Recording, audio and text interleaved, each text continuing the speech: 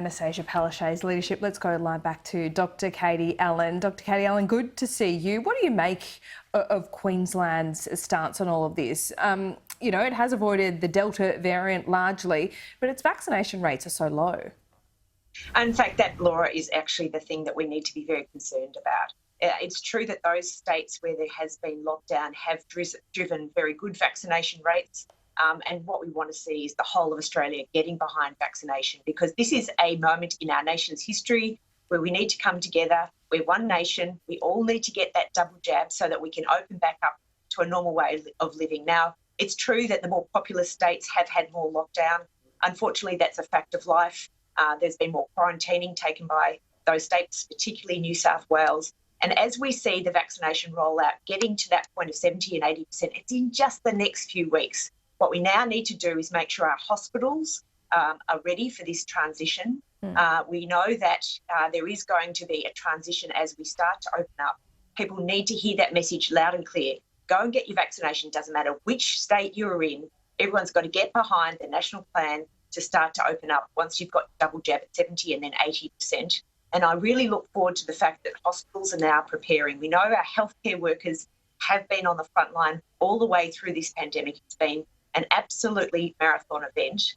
And I'm really welcoming the fact that there's a change to some of the rules going on with regards to quarantining for close contacts. We're seeing the isolation rules are likely to change going forward. We don't want to see what happened in the UK, which was a pandemic, where there were so many people furloughed and almost, the economy was almost grinding to a halt because there was this pandemic going on with regards to service provision and frontline healthcare workers. So we want to make sure that we're adjusting the system, the healthcare system, going forward as we move into this next transition. That is certainly something we can learn from Dr. Katie Allen about the number of frontline staff needing to be furloughed. So we are getting to that critical point now where, in New South Wales and Victoria, mostly, the vaccination rate is climbing high. We're going to hit 80% double dose and even beyond that by the end of the year, it looks like. So how should businesses, frontline staff be dealt with when it comes to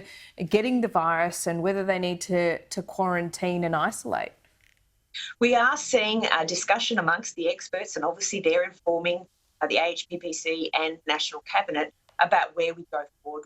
So at the moment, what happens is for healthcare workers, if they've been in close contact with someone with COVID, they're being furloughed for 2 weeks. And that puts a lot of pressure onto our healthcare workers, particularly when many of them are already in PPE equipment, they're wearing the N95 masks. So there's now a discussion going on at the health authority level about getting tested, having furlough, but then getting tested and then being allowed back again. So we need to see changes to the furlough rule because 2 weeks is probably too long, and that's being discussed at the moment. We also need a change to introducing a next level of testing armamentarian.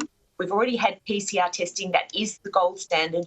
It will continue to be incredibly important for this pandemic, but we need to also have rapid antigen testing for frontline workers because that will help us know them know their status quicker, and we can have more rapid screening more regularly. So rapid antigen testing is the next thing to be introduced. Are we now at that point where you do at-home testing, not tested by a health professional, but doing those tests ourselves to better inform us of the risks we pose to the community when we open up?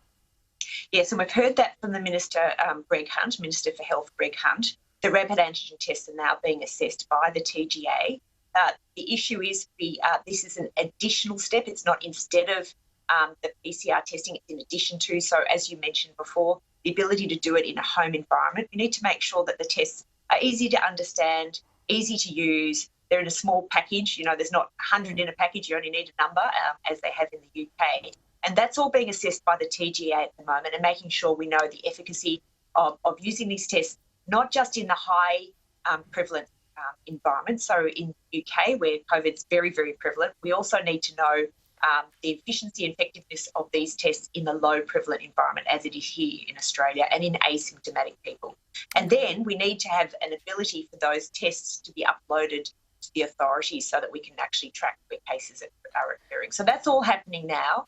And in the coming weeks and possibly, probably in the next few weeks, we're going to see these rapid antigen tests being rolled out in different places because there are a number of these scenarios being pilot tested both in New South Wales and South Australia as we speak now. What's going on anecdotally in Victoria? Because as vaccination rates do grow higher and higher, there seems to be, a growing positivity, and I feel it here in New South Wales. But is there a problem with compliance among the vaccinated, do you think? Look, I do think that people are feeling a sense of frustration when they've been vaccinated, but I urge them to be patient. We're a number of weeks away from easing of restrictions. I think there's some frustration that some states are interpreting the easing restrictions differently, but we will get there eventually. We're very close to getting there, and we want people to go and get that double jab.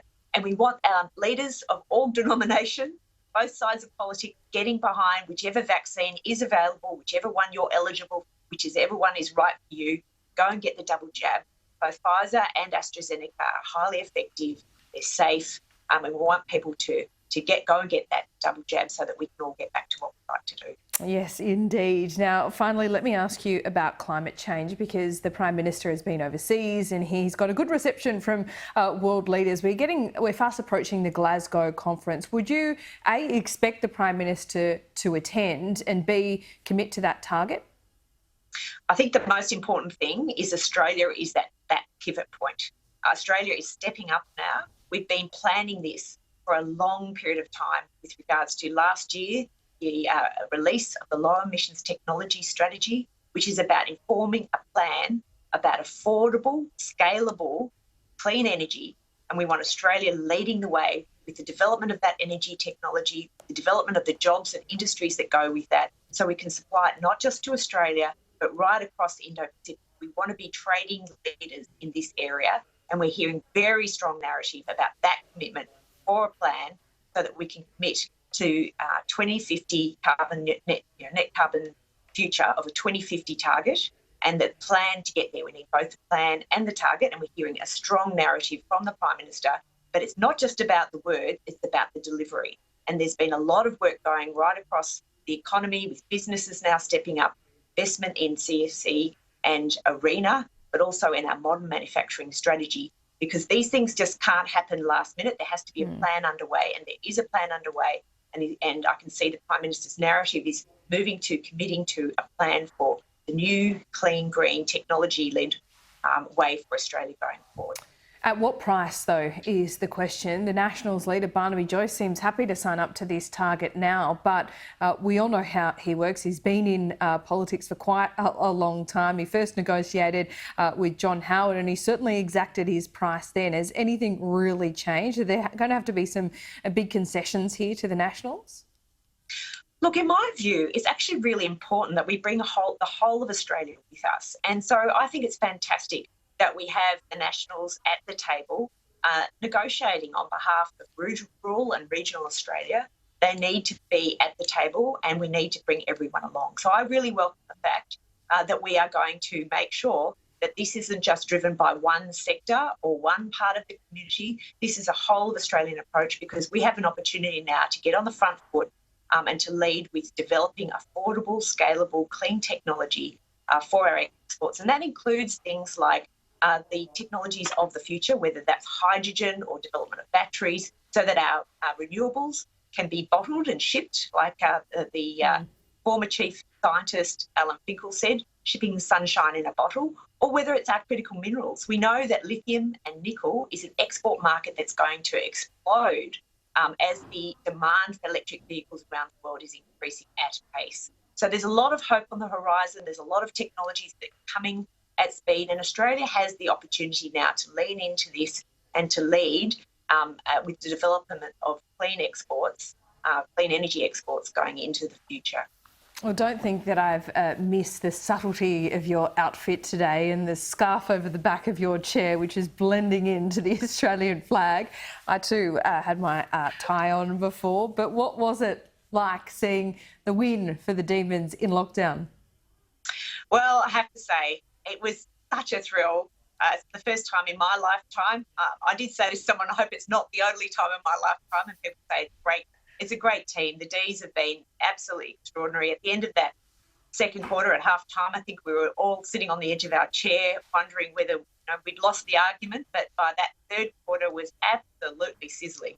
I mean, the way that the D's really took it forward from there was exciting football to watch. It was a pity it wasn't at the G. Hopefully next year we'll have the D's at the G. That will be just icing on the cake. But let's celebrate the wonderful win, a once-in-a-lifetime win that the D's delivered.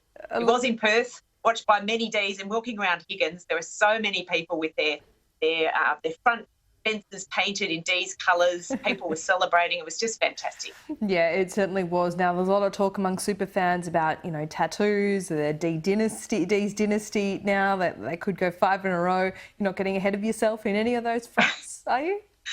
Well, as I said, I want it to be more than once-in-a-lifetime experience. My whole family goes to the D, so we're all glued to the television. Oh, gee, it would be fantastic to be able to watch them at the G, but I don't want to take away from their absolutely historic win. Christian Petrarca to get the Norm Smith medal, and you can see Gordy there. Oh, my gosh, they're just an amazing team. My son went to school with with some of the players there, so, it's just fantastic. We're just so thrilled for. Yeah, we certainly are. Katie Allen, thanks so much. Thank you so much.